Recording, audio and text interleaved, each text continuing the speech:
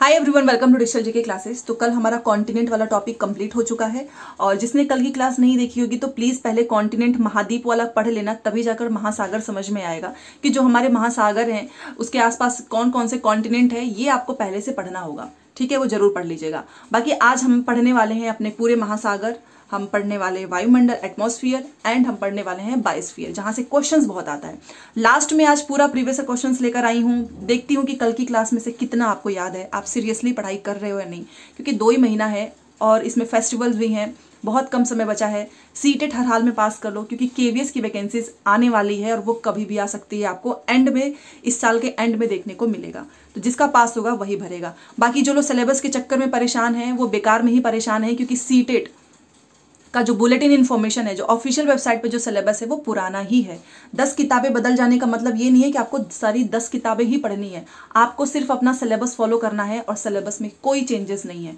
Even जो नई NCERT जो क्लास 6 के लिए जो इतने लोग परेशान हैं, आप उसको एक बार ओपन करके तो देखो। हिस्ट्री में कल 3 चैप्टर, ज्योग्राफी में कल 3 चैप्टर, इन लोगों ने चैप्टर्स ही खत्म कर दिए हैं।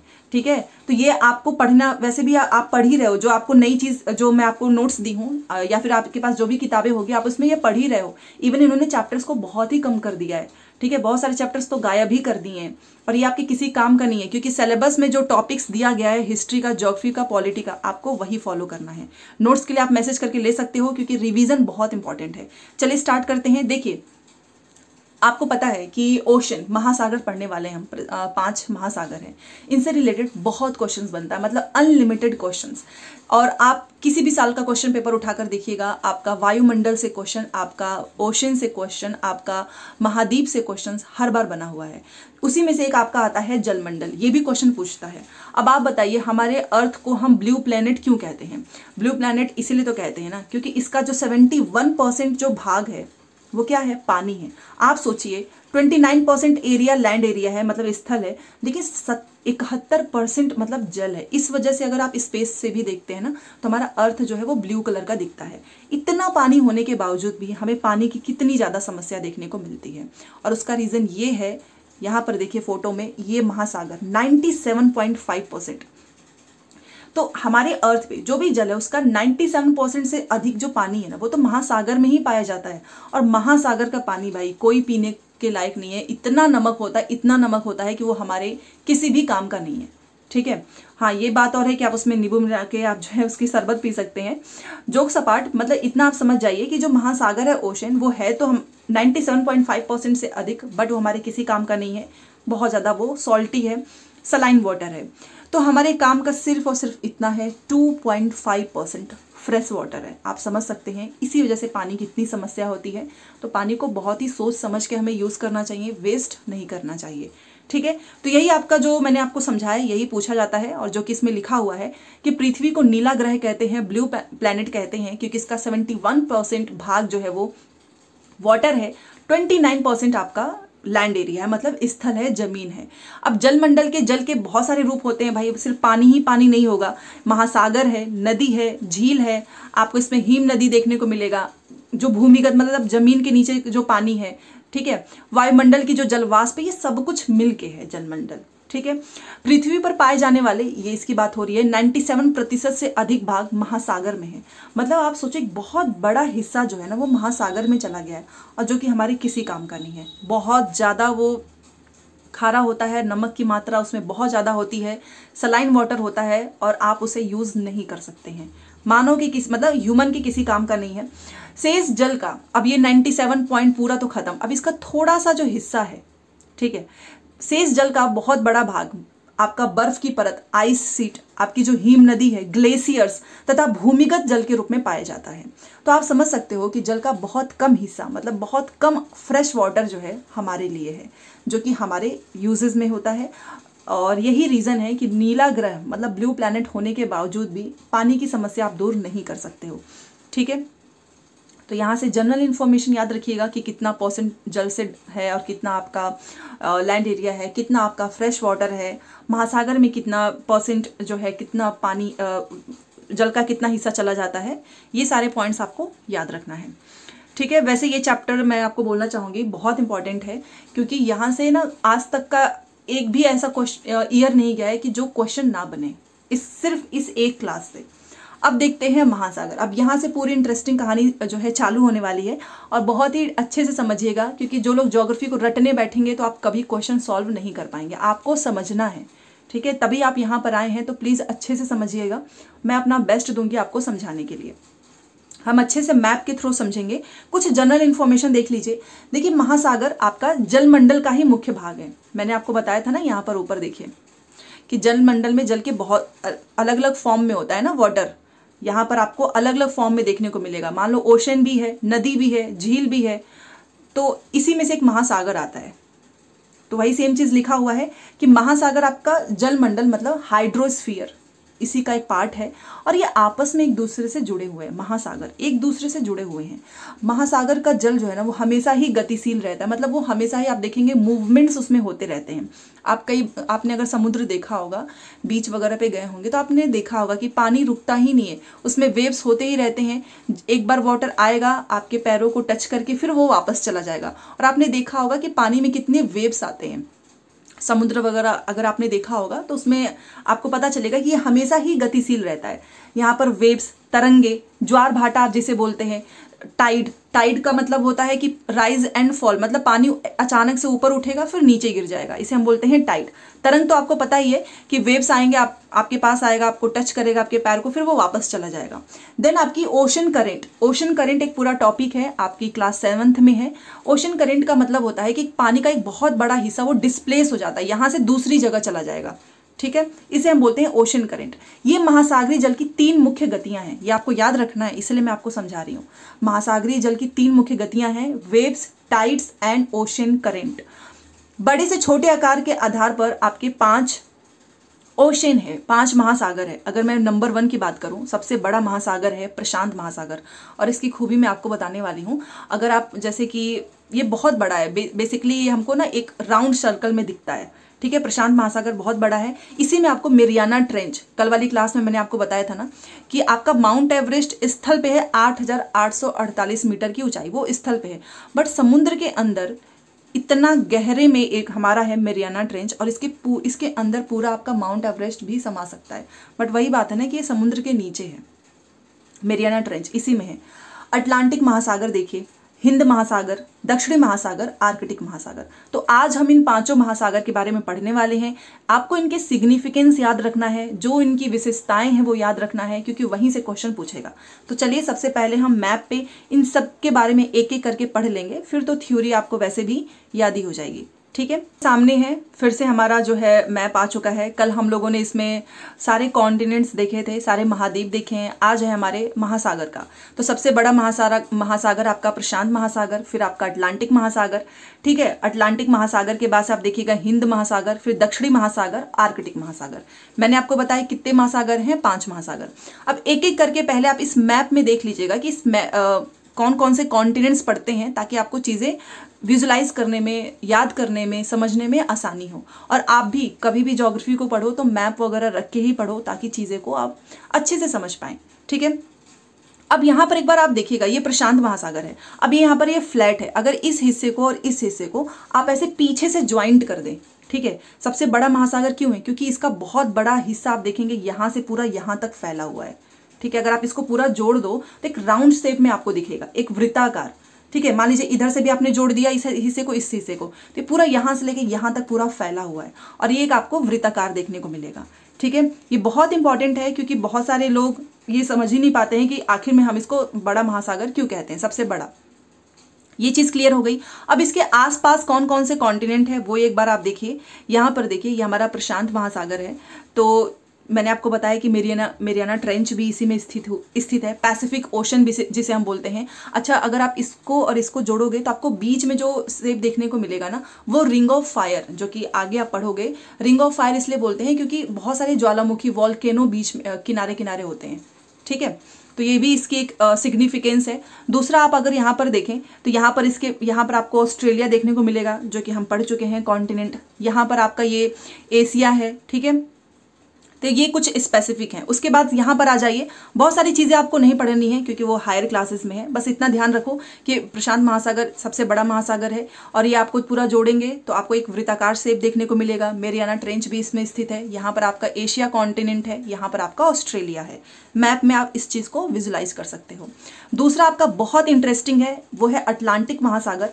ट्रेडिंग, बिजनेस, जो व्यापार है उसकी दृष्टि से ये काफ़ी बिजीएस्ट ओशन है, बहुत ज़्यादा बिजी रहता है। और उसका रीज़न ये है क्योंकि देखिए, क्योंकि यहाँ पर देखोगे आप, ये सबसे पहले तो ये एस आकार का आपको दिखेगा, ये है एस आकार का, और ये बहुत सारा इंटेंडेड है, मतलब जिसे हम बोलते हैं दंतुरित है। अब इस दंतुरित होने की वजह से, मतलब इंटेंड है, इसकी वजह से जो शिप वगैरह हैं बहुत आराम से आएंगी और यहाँ पर आराम से वो अपना पार्क करके चली जाएंगी।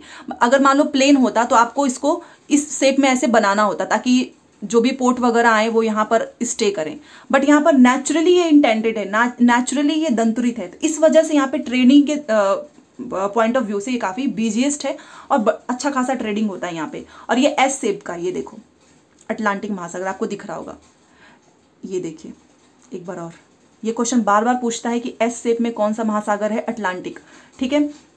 दूसरा आप यहाँ पर देखोगे तो आपको यहाँ पर इसके पूरब में देखिएगा, मतलब कि ईस्ट साइड में तो आपको यहाँ पर उत्तर अमेरिका, यहाँ पर दक्षिण अमेरिका, एंड आपको वेस्ट में मतलब पश्चिम में आप देखेंगे तो यहाँ पर आपको यूरोप एंड अफ्रीका, ये सारे कॉन्टिनेंट्स देखने को मिलेंगे। तो ये चारों के चारों क्वेश्चंस पूछता है कि अटलांटिक के पूरब में कौन सा कॉन्टिनेंट है, ठीक है, पश्चिम में कौन सा है, तो ये भी आपको याद रखना है, ठीक है। ये कहानी नहीं समझा रही हूँ क्योंकि अभी जब हम रीडिंग करेंगे अगेन टॉपिक्स पे जाएंगे तो आपको चीज़ें समझ में आनी चाहिए। ये अटलांटिक हो गया, एस शेप में हो गया, बिजीएस्ट है, ट्रेडिंग अच्छी खासी होती है, ठीक है।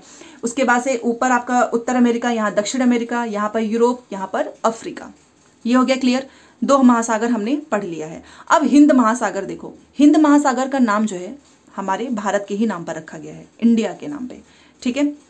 ये आपको त्रिभुजाकार दिखेगा, देखिए इस वजह से अगर आप इसको ध्यान से देखें तो ये आपको ट्रायंगल शेप में दिखेगा हिंद महासागर, ठीक है। आप इसके ऊपर यहाँ पर देखिएगा हिंद महासागर के अगर आप उत्तर में देखें तो एशिया है, नॉर्थ में आपको यहाँ पे अफ्रीका में जो है पश्चिम में आपको अफ्रीका देखने को मिलेगा, ठीक है। और यहाँ पर आप इसके पूरब में देखिएगा तो आपको ऑस्ट्रेलिया देखने को मिलेगा। तो ये भी डायरेक्ट क्वेश्चन पूछता है। अगेन हमारा दक्षिणी महासागर है और दक्षिणी महासागर आपका इस अंटार्कटिका महाद्वीप को इस चारों तरफ से घेरे हुआ है और इसके ये आपका सदर्न हेमिस्फीयर में, जिसने दूसरी क्लास नहीं देखी है उसे समझ में नहीं आएगा, मतलब कि आपका जो साउथ पोल में है इसके 60 डिग्री अक्षांश पे ये स्थित है, ठीक है। वैसे आप मैप में समझ जाएंगे क्योंकि मान लीजिए बीच में इक्वेटर है तो नीचे हमारा सदर्न हेमिस्फीयर आ जाता है, ऊपर हमारा आ जाता है नॉर्दर्न हेमिस्फीयर। तो ये आपका दक्षिणी महासागर जो है वो नीचे है, मतलब वो आपका बेसिकली जो साउथ पोल है उसको 60 डिग्री उसके अक्षांश पे स्थित है। और ये अंटार्कटिका जो हमारा कॉन्टिनेंट है जो कि हमने कल पढ़ा है, इसको चारों तरफ से घेरे हुआ है, ठीक है। 5वां और मोस्ट इंपॉर्टेंट हमारा आर्कटिक महासागर, ठीक है, जो कि आर्कटिक सर्कल जो जिसे हम हिंदी में बोलते हैं आई थिंक उत्तर ध्रुव वृत्त, उसके पास में है, उसको चारों तरफ से घेरे हुआ है। प्लस आर्कटिक महासागर के यहाँ पर अगर आप देखें, ये देखिए आर्कटिक महासागर के यहाँ पर इस उत्तर अमेरिका है और यहाँ पर आपको यूरेशिया, यूरोप प्लस एशिया दोनों मिलकर बनाते हैं यूरेशिया, तो इसके आसपास में है, ठीक है। तो यहाँ से अब मैं आपको जब चीज़ें पढ़ाऊंगी तो आप अच्छे से समझ पाएंगे। अगेन मैं आपको बताऊंगी ये प्रशांत महासागर है, ये अटलांटिक, यहाँ पर आपका हिंद महासागर है, यहाँ पर आपका दक्षिणी महासागर है, यहाँ पर आर्कटिक महासागर है। मैप आप सामने रखना तो आपको और अच्छे से समझ में आएगा और सारी इसकी सिग्निफिकेंस मैंने आपको यहाँ पर बता दी है, ठीक है। हाँ जी, तो अब मैंने आपको सारी चीज़ें अच्छे से समझा दी है। अब आप मैप अपने जो चीज़ें मैंने आपको समझाई उसको अपने दिमाग में रखना और जो जो अभी हमने मैप में देखा वो सारी चीज़ें यहाँ पर लिखी हुई हैं, ठीक है। ये देखिए प्रशांत महासागर सबसे बड़ा महासागर है क्योंकि यह पृथ्वी के 1/3 भाग पर फैला हुआ है। आपने देखा यहाँ पे था और यहाँ पे, अगर आप इन दोनों को ज्वाइंट करेंगे तो ये पूरा 1/3 भाग पर फैला हुआ है। पृथ्वी का सबसे गहरा भाग जो मेरियाना ट्रेंच है, मेरियाना गर्त है, कल हम लोगों ने पढ़ा था, वो इसी महासागर में प्रशांत महासागर में ही स्थित है। प्रशांत महासागर लगभग वृत्ताकार है, राउंड शेप है, क्योंकि इन दोनों को आप ज्वाइंट करेंगे तो आपको एक राउंड शेप देखने को मिलेगा, ठीक है। इवन मैंने आपको जब प्रशांत महासागर पढ़ाया था तो मैंने आपको बताया था कि यहाँ पर आपका एशिया है, ठीक है, यहीं पे आपका ऑस्ट्रेलिया था और यहाँ पर आपका उत्तर अमेरिका, यहाँ पर आपका दक्षिण अमेरिका, इसके चारों ओर स्थित है। चारों ओर स्थित क्यों है? क्योंकि इस पॉइंट को अगर आप जोड़ोगे तो ये चारों तरफ से स्थित ही है ना।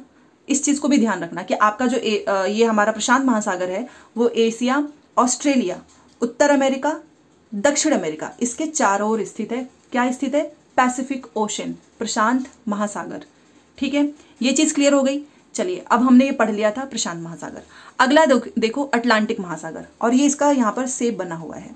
अटलांटिक महासागर मैंने आपको बताया था कि इसके पूरब साइड में आपका यहाँ पर उत्तर अमेरिका है, यहाँ पर आपका दक्षिण अमेरिका है। मैंने अच्छे से आपको बताया था। देन आपके इस पूरब में आप देखिएगा, मतलब इस पूरब साइड में, ये तो आपका पश्चिम हो गया, यहाँ पर आपका यूरोप था, ठीक है, और यहाँ पर आपका अफ्रीका था। ये चीजें हमने पढ़ा। अब ये आपका एस शेप में आ जाता है, यहाँ पर अगर आप देखो, ठीक है, ये आपको एक तरीके से हमको एस आकार का दिखता है, और इसके पश्चिम किनारे पे आपका उत्तर अमेरिका, दक्षिण अमेरिका, पूरब में आपका यूरोप, ऑस्ट्रेलिया है। आप इसकी ये रेखाओं को देखो ध्यान से, ये देखिए काफी ज्यादा इंटेंडेड है, यहाँ पर देखो दंतुरित है, और इसी वजह से यहाँ पर जो शिप वगैरह हैं वह आराम से आकर यहाँ पे पार्किंग वगैरह बड़ी अच्छे से हो जाती है। ट्रेडिंग, जो ये जिसे हम कॉमर्स भी बोलते हैं, काफ़ी अच्छा खासा होता है। बिजिएस्ट आपका महासागर है, ठीक है, ये तो अभी हमने पढ़ा। तो अटलांटिक महासागर आपका दूसरा है सबसे बड़ा, अंग्रेजी भाषा एस के आकार का है, पश्चिम किनारे पर उत्तर दक्षिण अमेरिका है। अब आपको समझ में आ रहा होगा कि उत्तर अमेरिका कहाँ है, दक्षिण अमेरिका कहाँ है, ठीक है। पूर्वी किनारे पे आपका यूरोप और अफ्रीका है। अटलांटिक महासागर की तट रेखा बहुत ज़्यादा दंतुरित है, बहुत ज़्यादा इंटेंडेड है, और इसी वजह से यहाँ पर जो प्राकृतिक पोताश्रय है, जो पतन के लिए जो मतलब ये सिप वगैरह हैं, काफ़ी अच्छा माना जाता है इसके लिए। व्यापार की दृष्टि से ये काफ़ी ज़्यादा बिजिएस्ट महासागर है। तो एक एक लाइन जो मैं आपको मैप में समझाई थी, वो एक एक लाइन यहाँ पर आप देखिए, मैंने आपको एकदम सही तरीके से समझाया था, वही सेम चीज़ यहाँ पर लिखी हुई है, ठीक है। उसके बाद से आता है हमारा हिंद महासागर। हिंद महासागर आपने देखा होगा, हमारा ट्रायंगल शेप में था। यहाँ पर आपका एशिया है, ठीक है, और हिंद महासागर एक ऐसा महासागर है जिसका नाम हमारे देश के नाम पर, मतलब भारत के नाम पर रखा गया है। यह महासागर लगभग त्रिभुजाकार है, यहाँ पर देखो ऐसे ट्रायंगल शेप में है। इसके उत्तर में आपका एशिया है, ठीक है। पश्चिम में अगर आप देखोगे तो यहाँ पर अफ्रीका था, अब यहाँ पर ऑस्ट्रेलिया था, तो ये ट्रायंगल शेप बन रहा है, ठीक है। तो ये भी ध्यान रखिएगा कि हिंद महासागर एक ऐसा महासागर है जिसके उत्तर में आपको एशिया मिलेगा, पश्चिम में जो है आपको अफ्रीका मिलेगा, पूरब में जो है आपको यहाँ पर ऑस्ट्रेलिया मिलेगा। ये सारे नाम आपको याद रखना है, ठीक है। और ये एक ट्रायंगल शेप बन रहा है और भारत के नाम पर इसका नाम रखा गया है। तो वही सेम चीज लिखी हुई है, देख सकते हैं आप, उत्तर में एशिया, पश्चिम में अफ्रीका, पूरब में ऑस्ट्रेलिया। अब हमारा जो नेक्स्ट ओशन है, जो नेक्स्ट महासागर है, वो हमने अभी पढ़ा था दक्षिणी महासागर, जो कि अंटार्कटिका महाद्वीप को चारों ओर से घेरता है। यहाँ पर आपका दक्षिणी महासागर है और यहाँ पर आपका अंटार्कटिका जो महाद्वीप है, इसको चारों तरफ से घेरा हुआ है, और यह अंटार्कटिका महाद्वीप के उत्तर की ओर से जो है 60 डिग्री दक्षिणी अक्षांश तक फैला हुआ है।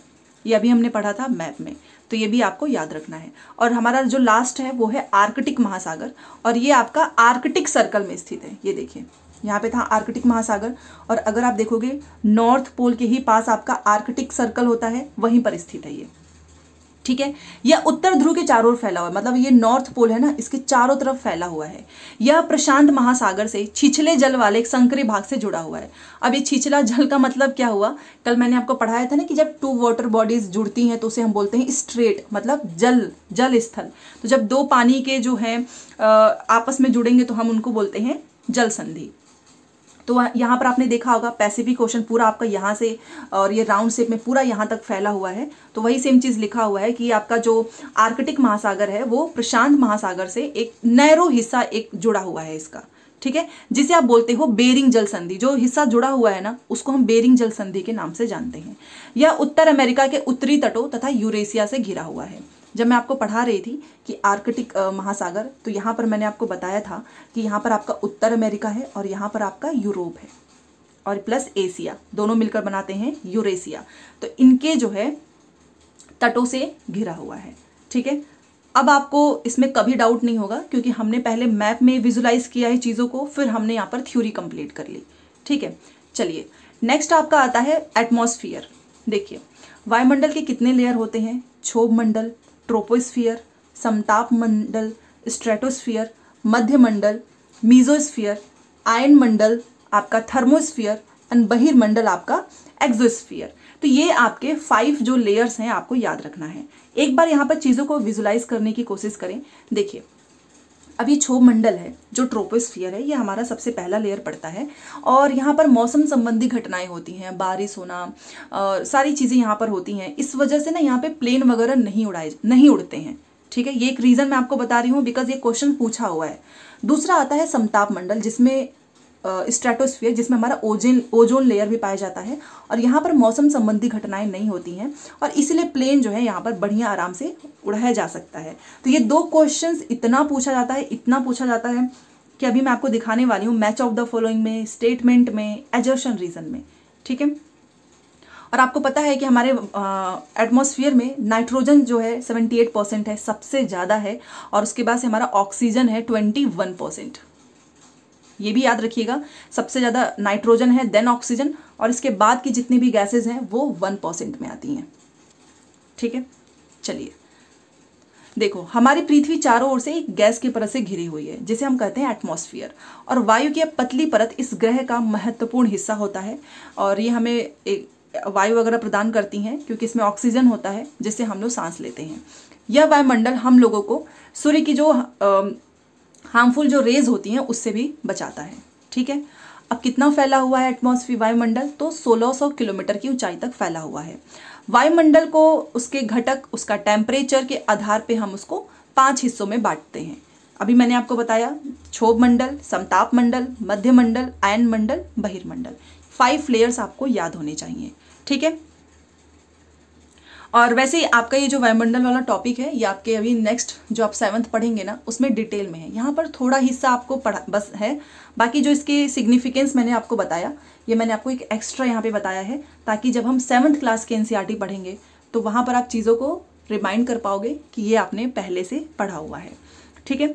अब देखो, वायुमंडल आपका मुख्यतः ऑक्सीजन नाइट्रोजन से बना हुआ है, ठीक है, और जो कि 99% भाग है। जैसे कि नाइट्रोजन आपका 78% है, ऑक्सीजन 21%। याद रखना, पूछता है क्वेश्चन। बाकी की जितनी भी गैसेज हैं वो आपके 1% में हैं, लाइक कार्बन डाइऑक्साइड, ऑर्गन, ठीक है।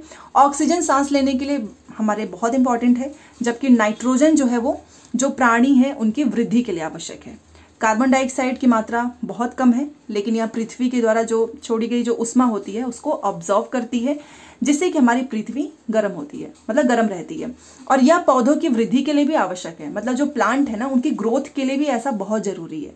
तो इसमें से एक एक लाइन आपका पूछा हुआ है, एक एक लाइन, ठीक है। देखिए, अब ऊंचाई के साथ, ये ध्यान दीजिएगा इस लाइन पे, ऊंचाई के साथ वायुमंडल के घनत्व में भिन्नता आती है, डेंसिटी में भिन्नता आती है। यह घनत्व समुद्री तल पर सबसे अधिक होता है तथा जैसे जैसे हम ऊपर की ओर जाते हैं तेजी के साथ घटता जाता है। तो क्वेश्चन पूछता है कि क्या जब हम ऊपर की ओर जाते हैं तो जो वायुमंडल का घनत्व है वो घटता है कि बढ़ता है? ध्यान दीजिएगा, घटता है। और आप जानते हैं कि पहाड़ों पर जो पर्वतारोही हैं उनको हवा के घनत्व में कमी होने के कारण सांस लेने में कठिनाई होती है। ये देखिए, जैसे जैसे आप ऊपर चढ़ाई करते हैं जो घनत्व है हवा का वो कम होने लगता है, जिसकी वजह से हमको ब्रीथ करने में प्रॉब्लम होती है। इसीलिए ये लोग अपने साथ ऑक्सीजन सिलेंडर भी कैरी करते हैं, यही इसका रीज़न है, ठीक है। सबसे अधिक समुद्री तल पर होगा और जैसे जैसे आप ऊपर जाएंगे वैसे वैसे हवा का घनत्व जो है वो कम होने लगता है और इसी कमी के कारण जो है ब्रीदिंग में प्रॉब्लम होती है। और जो लोग भी जाते हैं चढ़ाई वगैरह करने के लिए वो अपने साथ ऑक्सीजन सिलेंडर इसीलिए लेकर जाते हैं, ठीक है। यही एक रीज़न है। इवन जैसे जैसे आप ऊपर की ओर जाओगे ना तो टेम्परेचर भी घटता जाता है और वायुमंडल क्या करेगा, एटमॉस्फेयर पृथ्वी पर दबाव डालता है। यह एक स्थान से दूसरे स्थान पर अलग अलग होता है। कुछ क्षेत्रों में आपको बहुत ज़्यादा प्रेशर फील होगा और जबकि कहीं पर आपको कम, ठीक है। अच्छा, ये क्वेश्चन बार बार पूछता है कि जो वायु है, जो एयर है, वो किस ओर से बहती है? तो हाई प्रेशर से लो प्रेशर, उच्च दाब से निम्न दाब की ओर, ठीक है। ये चीज़ ध्यान रखिएगा, कई बार पूछा हुआ है। एंड लास्ट जीवमंडल, बायोस्फीयर, जो कि हम शुरुआत से पढ़ते आ रहे हैं कि आपका लिथोस्फीयर, हाइड्रोस्फीयर, वायुमंडल, जब ये तीनों मिल जाते हैं तो वहाँ पर लाइफ क्रिएट होती है जिसे हम बोलते हैं बायोस्फीयर। और ये हमारे लिए, एनिमल्स के लिए, प्लांट्स के लिए बहुत इंपॉर्टेंट है, ठीक है। क्योंकि देखिए इस जीवमंडल में आपका सब कुछ आ गया ना। लिथोस्फीयर मतलब जमीन, आपका हाइड्रोस्फीयर मतलब पानी, आपका एटमॉस्फेयर मतलब ऑक्सीजन। अगर बस आपको ऑक्सीजन मिलता रहे, खाना ना मिले, आपको रहने के लिए जगह ना मिले, मतलब कि आपको पानी ना मिले, तो क्या आप जिंदा रह पाओगे? बिल्कुल भी नहीं। मान लो आपको बस जमीन दे दिया जाए, आपको हवा ना मिले, तो क्या आप जिंदा रह पाओगे? नहीं। मान लीजिए आपको सिर्फ पानी ही पानी दे दिया जाए, आप पानी में ही रहें दिन भर, तो क्या आप रह पाओगे? बिल्कुल भी नहीं। तो कहीं ना कहीं ये तीनों जुड़े हुए हैं आपस, और इसी वजह से ये इंपॉर्टेंट है। और वही सारी चीज़ें यहाँ पर लिखी हुई हैं। जीवमंडल स्थान जल हवा के बीच का एक छोटा सा सीमित भाग है, और जहाँ पर लाइफ है, और यहाँ पर ये बेसिकली सबके लिए है। जैसे कि जो छोटे छोटे जो जीव होते हैं, बैक्टीरिया होते हैं, इवन हम सब के लिए है। ठीक है, मनुष्य सहित सभी प्राणी सब जीवित रहने के लिए एक दूसरे से तथा इस जीवमंडल से जुड़े हुए हैं। अब देखो, ये जो आपका बायोस्फीयर है, इसको हम दो भागों में डिवाइड करते हैं, एक आपका एनिमल और दूसरा आपका प्लांट। ठीक है, पृथ्वी के तीनों परिमंडल आपस में पारस्परिक क्रिया करते हैं, मतलब लिथोस्फीयर, हाइड्रोस्फीयर एंड एटमॉस्फेयर। ठीक है, और एक दूसरे को किसी न किसी रूप में प्रभावित करते हैं। फॉर एग्जाम्पल, मान लीजिए आपने लकड़ी, आपको ज़रूरत है लकड़ी की, तो आपने पेड़ काटे। अब खेती के लिए, ठीक है, आपने वनों को काट दिया, तो वनों को काटने से क्या हुआ कि वहाँ पर जो उसका ऐसे स्लोप वाला एरिया होगा, वहाँ पर मिट्टी का कटाव बहुत तेज़ी से होगा, क्योंकि अब कोई बीच में सपोर्ट नहीं है। तो इस प्रकार से कुछ आपको प्राकृतिक आपदाएं देखने को मिल सकती हैं। भूकंप से पृथ्वी की सतह में परिवर्तन हो जाता है। सुनामी के कारण अंडमान निकोबार द्वीप समूह का कुछ भाग पानी में डूब गया। तो बहुत सारी चीज़ें होती हैं, और कई बार आपने देखा होगा कि झीलों और नदियों में दूषित पदार्थों के प्रभावित होने से उनका जल हम यूज़ भी नहीं कर पाते हैं, वो हमारे किसी काम का नहीं बचता है। ठीक है, और बस हमारे ही नहीं, एनिमल्स के लिए भी। तो यहाँ पर वही सारी चीज़ें बताई जा रही हैं कि जो चीज़ हमारी है उसको हर दिन कितना हम प्रदूषित भी कर रहे हैं। जैसे उद्योग हो गया, जो गाड़ियों से जो धुआं निकलती है, ये सब क्या कर रहे हैं, हम एटमॉस्फेयर को प्रभावित कर रहे हैं, प्रदूषित कर रहे हैं। CO2 देखिए, वायु का एक बहुत महत्वपूर्ण घटक है, लेकिन इसकी मात्रा इतनी ज़्यादा बढ़ गई है कि ये पृथ्वी के तापमान में ही वृद्धि हो रही है, और जिसे हम बोलते हैं भूमंडलीय तापन। तो भूमंडल लिथोस्फीयर, वायुमंडल एटमॉस्फेयर, जलमंडल हाइड्रोस्फीयर, इनके बीच के प्राकृतिक संतुलन को बनाए रखने के लिए पृथ्वी के संसाधनों का सीमित, मतलब जितना जरूरत हो उतना ही यूज़ करो। पानी की जितनी ज़रूरत हो सिर्फ आप उतना ही यूज़ करें, बचा कर रखिए। ठीक है, क्योंकि इन तीनों से ही हमारा लाइफ पॉसिबल है। अगर इन तीनों में से कोई भी एक चीज़ खराब होगी, ख़त्म होगी, तो लाइफ पॉसिबल नहीं हो पाएगी। तो वन वर्ड्स में बस इतना बोलना चाहूँगी कि बायोस्फीयर का मतलब एटमॉस्फेयर, लिथोस्फीयर, हाइड्रोस्फीयर, इन तीनों के मिलने से ही हमारी लाइफ पॉसिबल है, हमारी प्लांट की, एनिमल्स की, छोटे छोटे जीवों की। बस दैट्स इट, और कुछ नहीं है इसमें उतना। तो मैंने यहाँ पर आपको अपना बेस्ट दिया है समझाने के लिए। अब आप मुझे बताना आपको क्लास कैसी लगी, और लाइक शेयर सब्सक्राइब कर दिया करो, लाइक तो करते ही नहीं है आप लोग। चलिए, अब पृथ्वी के 4 प्रमुख परिमंडल कौन कौन से हैं बताइए। लिथोस्फीयर हो गया, अभी हमने पढ़ा, आपका हाइड्रोस्फीयर, आपका एटमॉस्फेयर, एक आ जाता है हमारा बायोस्फीयर, जीवमंडल भी, मतलब भूमंडल, जलमंडल और वायुमंडल और आपका जीवमंडल।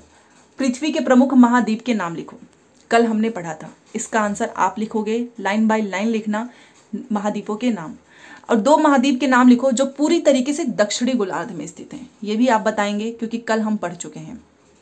वायुमंडल के लेयर होते हैं 5, क्षोभ मंडल, समताप मंडल, मध्य मंडल, आपका आयन मंडल और आपका बहिर्मंडल। हम पृथ्वी को नीला ग्रह क्यों कहते हैं, क्योंकि इसका अगर आप देखो तो मोस्ट 71% तो पूरा जल से है, इस वजह से।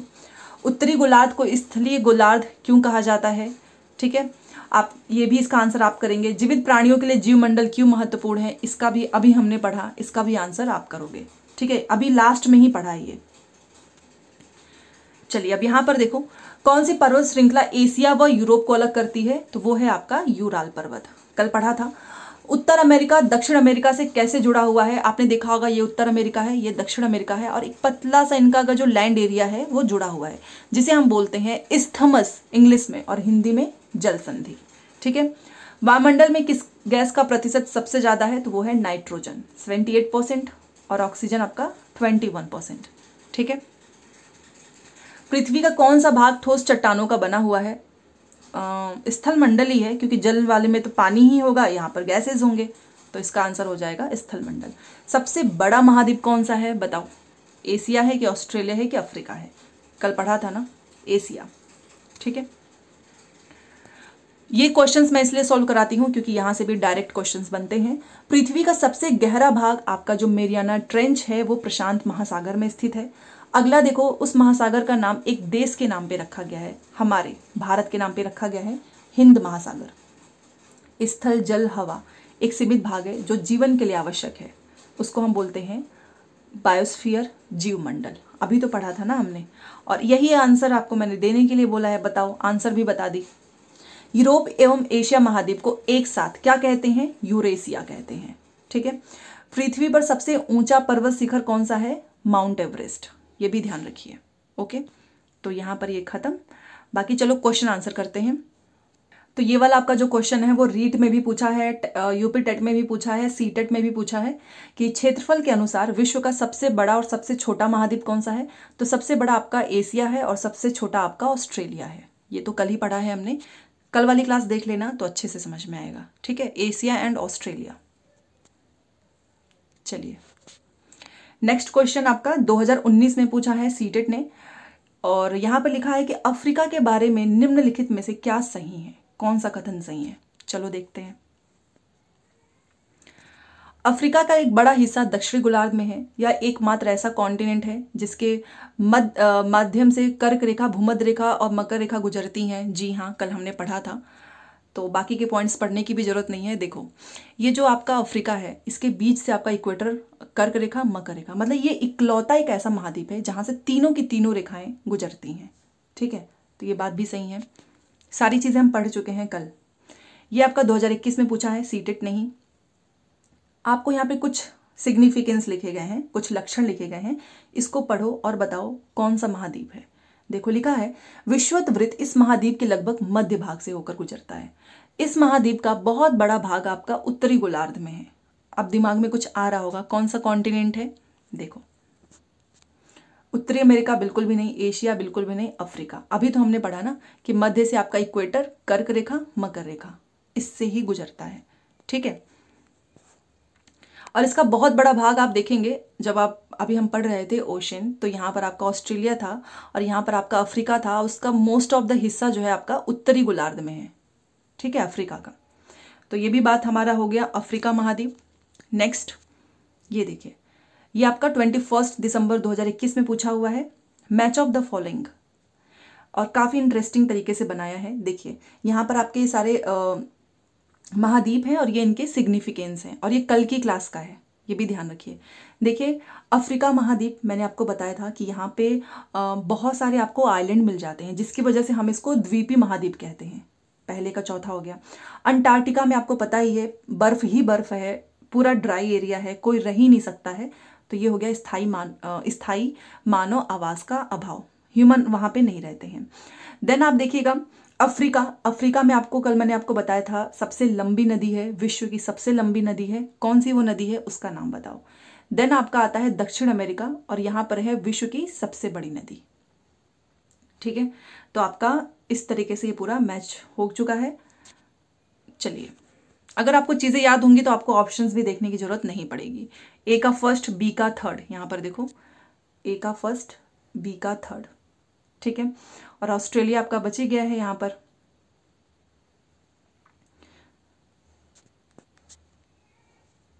द्वीपीय महाद्वीप और दक्षिण अमेरिका, विश्व की सबसे बड़ी नदी। तो सी का आपका यहां पर देखिएगा, सी का 4 है। ठीक है, ये मैं आपको दिखा देती हूं ताकि किसी को कोई डाउट ना हो।